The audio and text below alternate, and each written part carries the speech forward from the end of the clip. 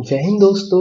आज एक नया टॉपिक लेके आ रहे हैं। टॉपिक में क्या बात करने वाले हैं आज हम, ग्रहण क्या होता है, सूर्य ग्रहण क्या होता है, चंद्र ग्रहण क्या होता है, ये कैसे लगता है, इससे जुड़े हुए कोई साइंटिफिक तथ्य हैं क्या, इसके बारे में हम लोग आज बात करेंगे। ओके, और ये भी देखेंगे जो हमारे धर्म में कहा जाता है कि सूर्य ग्रहण के समय जो चीजें हैं हमको नहीं खानी चाहिए या पानी नहीं पीना चाहिए, इनके बारे में भी चर्चा करेंगे। तो चर्चा करने के लिए थोड़ा सा साइंस से शुरू करते हैं हम लोग। आपको सभी को पता होगा, पृथ्वी अपने अक्ष पर सूर्य की परिक्रमा करती है। तो सूर्य की परिक्रमा कर रही है एक पर्टिकुलर एक रोड मैप पर पृथ्वी हमारी, जिसके कारण हमारे जो भी ग्रह रहते हैं उसमें मौसम का परिवर्तन होता है।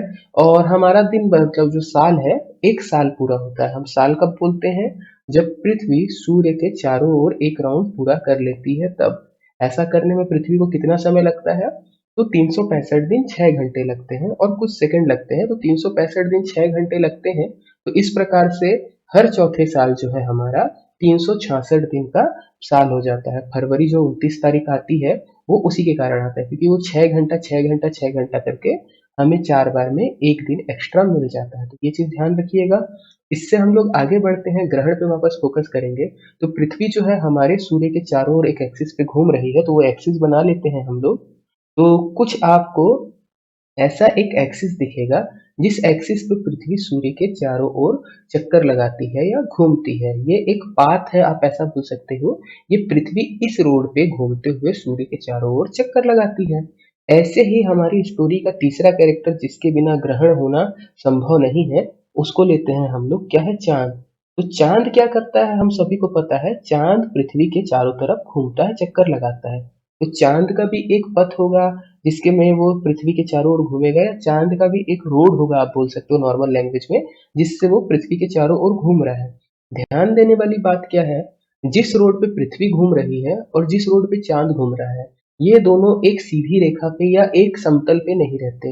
ये दोनों का रास्ता कैसा है, ये अलग अलग तल पे रहते हैं। ये बोलने का मतलब क्या है, अगर आप समझेंगे नॉर्मल लैंग्वेज में, सूरज, पृथ्वी और चांद, ये तीनों सीधी रेखा पे हमेशा नहीं रहते। ये चीज ध्यान रखिएगा। पृथ्वी और आपको सूर्य थोड़ा ऊंचाई पे दिख रहे होंगे, एक ऊपरी तल पे, और जो चांद है जो उनके कंपैरिजन में फिलहाल अभी निचले तल पे है। तो ये चीज ध्यान रखिएगा। ये स्थिति इंपॉर्टेंट रहती है कि हमेशा ऐसी स्थिति नहीं रहती, इनके तल कभी कभी समांतर भी आते हैं, एक दूसरे के सामने आते हैं। तो अभी जो स्थिति है उस पे यदि हम फोकस करेंगे तो चांद क्या है, पृथ्वी के चारों ओर चक्कर लगाता है। अब चांद को पृथ्वी का चारों ओर चक्कर लगाने में कितना समय लगता है? तो 27.3 दिन लगता है। अब चांद जैसे पृथ्वी के चारों ओर चक्कर लगा रहा है, तो अलग अलग स्थिति बनती है चांद की, पृथ्वी की और सूर्य की, जिसके हिसाब से चांद जो है हमें हर महीना 15 दिन अलग स्थिति पे दिखेगा, 15 दिन अलग स्थिति पे दिखेगा। किसी दिन हमें पूरा चांद दिखेगा, किसी दिन हमें चांद दिखाई नहीं देगा, किसी दिन छोटे छोटे चांद दिखाई देंगे। तो पहले वो कंडीशन समझनी जरूरी है, फिर हम ग्रहण की तरफ बढ़ेंगे। तो पहली एक कंडीशन लेते हैं, जब चांद जो है पृथ्वी के पीछे है। अब हम सभी को ही जानते हैं कि सूर्य अपने प्रकाश द्वारा प्रकाशित होता है। इसके अलावा पृथ्वी और चांद, ये दोनों जो है सूर्य के प्रकाश से प्रकाशित होते हैं। मतलब पृथ्वी और चांद की अपनी कोई चमक नहीं है। जब सूर्य की प्रकाश किरण पृथ्वी पर और चांद पर पड़ती है तो वही प्रकाश किरण हम देख पाते हैं, इनसे वो चमकते हैं। तो ऐसी स्थिति में जब चांद पृथ्वी के पीछे है, हम पृथ्वी से चांद को देखेंगे। ये कॉन्सेप्ट याद रखिएगा। सूरज की जो प्रकाश किरणें हैं पृथ्वी पर कुछ इस प्रकार से पड़ेंगी, तो पृथ्वी पर जो हिस्सा आपको भी चमकदार दिख रहा है वो हिस्से की तरफ रहेगी आपका दिन। मतलब जो आपके बाएं हाथ तरफ है वहां पे रहेगा दिन, और जो दाहिने हाथ तरफ हिस्सा है वहां पे रहेगी क्या, रात। ऐसे ही सेम चांद के साथ होगा। तो चांद पर जो सूर्य का प्रकाश का हिस्सा पड़ेगा, जब हम पृथ्वी से देखेंगे तो चांद का वो हिस्सा चमकदार हमको दिखेगा। जो पीछे वाला हिस्सा है वहां पर क्या रहेगा, चांद में रात रहेगी या चांद में अंधेरा रहेगा। हमें पृथ्वी की तरफ से जब हम देखते हैं और चांद है हमारा कहाँ, पृथ्वी के पीछे, तो ऐसी कंडीशन पे पूरा चांद हमें जो है सूर्य के प्रकाश से प्रकाशित होते हुए दिखाई देगा।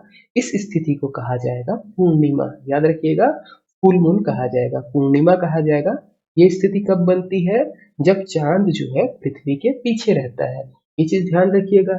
इसके बाद आप सुने होंगे एक ब्लू मून करके एक घटना होती है। तो ये ब्लू मून क्या होता है इसको भी समझते हैं। अब जो चांद पृथ्वी का रोटेशन करता है, तो हम सभी को पता है 15 दिन में हमारी पूर्णिमा होती है और 15 दिन में अमावस्या होती है। तो ये जो है एक राउंड फिगर चलता है, 15 दिन में पूर्णिमा, 15 दिन में अमावस्या। एक कैलेंडर महीने के अंदर, मतलब जो महीना है, मान लीजिए जैसे अभी चल रहा है मई का महीना, यदि मई के महीने में किसी भी समय दो पूर्णिमा आ गई, मतलब एक पूर्णिमा आप मान लीजिए 1 मई को रही और एक पूर्णिमा आपकी 31 मई को रही, तो जो दूसरी पूर्णिमा रहती है इसे कहा जाता है ब्लू मून।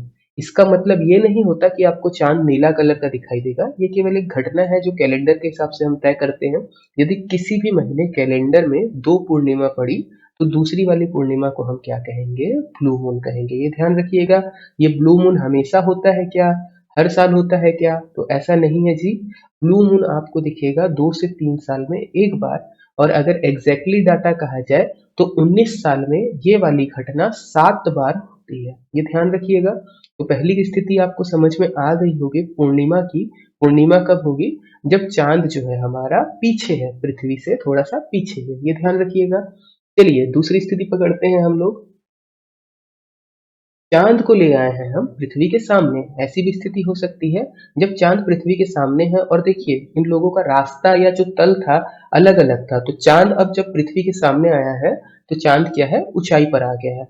ऐसी स्थिति पर जब चांद पर सूर्य का प्रकाश पड़ेगा, चांद के जिस हिस्से पर सूर्य का प्रकाश पड़ेगा वो हिस्सा जो चमक रहा है वो कैसे रहेगा, सूर्य के सामने रहेगा। और पृथ्वी की तरफ चांद का कौन सा हिस्सा रहेगा, जहां पर चांद में रात है। ऐसी कंडीशन पे हम चांद को बिल्कुल नहीं देख पाएंगे। मैंने चांद को आधा काटा है ताकि आप लोग समझ सको। आप ध्यान रखिएगा, चांद की पीठ हमें दिखाई देगी, काला वाला हिस्सा दिखाई देगा, मतलब चांद हमें दिखाई नहीं देगा। इस स्थिति को कहा जाता है अमावस्या। जिस समय हमें चांद दिखाई नहीं देता आसमान में। क्यों नहीं दिखाई देता, क्योंकि वहां पर चांद का जो चमकने वाला हिस्सा है वो पृथ्वी के विपरीत डायरेक्शन पे है। तो ये चीज ध्यान रखिएगा। अमावस्या में ऐसा नहीं होता कि चांद नहीं होता, चांद आसमान में होता है, बट जो चांद का वो हिस्सा हमें दिखाई देता है जहाँ पे रात है, इसलिए हम चांद को नहीं देख पाते। ये कंडीशन आपको ध्यान रखनी है। बाकी जो भी पाथ में अलग अलग पोजीशन के हिसाब से चांद जो है अपना रूप बदलते रहता है। तो दो कंडीशन हमें समझनी है, पूर्णिमा क्या होती है, अमावस्या क्या होती है। पूर्णिमा कब आएगी, जब चांद पृथ्वी के पीछे रहेगा। अमावस्या कब आएगी, जब चांद जो है पृथ्वी के आगे रहेगा। तो ये कंडीशन ध्यान रखिएगा, अभी ग्रहण पे काम आएगी। चलिए हम लोग आगे बढ़ते हैं, और ग्रहण की तरफ बढ़ने के लिए हम क्या करते हैं, ऐसी कंडीशन आती है साल में 1 से 2 बार कि जो इनका पाथ है, मतलब जो पृथ्वी अपने अक्ष पे घूम रही थी, पृथ्वी की सड़क पकड़ लीजिए जिस सड़क पर पृथ्वी चल रही है, और चांद जिस सड़क पर चांद घूम रहा था, चांद का अक्ष, ये दोनों क्या हो जाते हैं, समांतर हो जाते हैं। ऐसे थोड़ा सा भी अगर टिल्ट रहेंगे तब भी ग्रहण लगेगा। हम क्या कर रहे हैं, पूर्ण चंद्र ग्रहण पूर्ण सूर्य ग्रहण समझने के लिए कर रहे हैं। तो हमको क्या कंडीशन ध्यान रखनी है, जो चांद और पृथ्वी के अक्ष है जब ये समांतर हो जाते हैं, या हम ऐसा कह सकते हैं जब पृथ्वी, सूरज और चांद ये तीनों एक सीधी रेखा में आ जाते हैं, ऐसी कंडीशंस पे ही हमारा जो है ग्रहण लगता है। तो अब इसको समझने के लिए हम आगे बढ़ते हैं। देखिए अभी कैसी कंडीशन है हमारी, चांद जो है पृथ्वी के पीछे है, मतलब दिन हो रहा है हमारा पूर्णिमा का। पूर्णिमा के समय पे क्या होता है, ध्यान से देखिएगा, सूर्य का प्रकाश पृथ्वी तक आता है और पृथ्वी पर पड़ता है। अब इससे एक पृथ्वी की परछाई बनेगी जो एक सीधी रेखा पे जाते हुए चांद पर पड़ेगी। पूर्णिमा का दिन है और चांद पर पृथ्वी की परछाई आ रही है, जिससे चांद पूरा का पूरा ढक जाता है।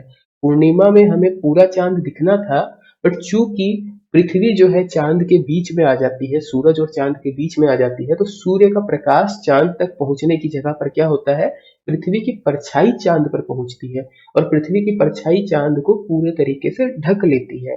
इस स्थिति को हम बोलते हैं चंद्र ग्रहण या पूर्ण चंद्र ग्रहण। ये ध्यान रखिएगा, पूर्ण चंद्र ग्रहण क्यों बोल रहे हैं हम लोग, क्योंकि ये सब एक सीधी रेखा पे आ गए हैं, और जब ये सब सीधी रेखा पे आते हैं तो चांद जो है पूरा का पूरा ढक जाता है पृथ्वी की परछाई से। इस स्थिति को हम क्या बोलेंगे, चंद्र ग्रहण कहेंगे। ध्यान रखिएगा इस चीज को।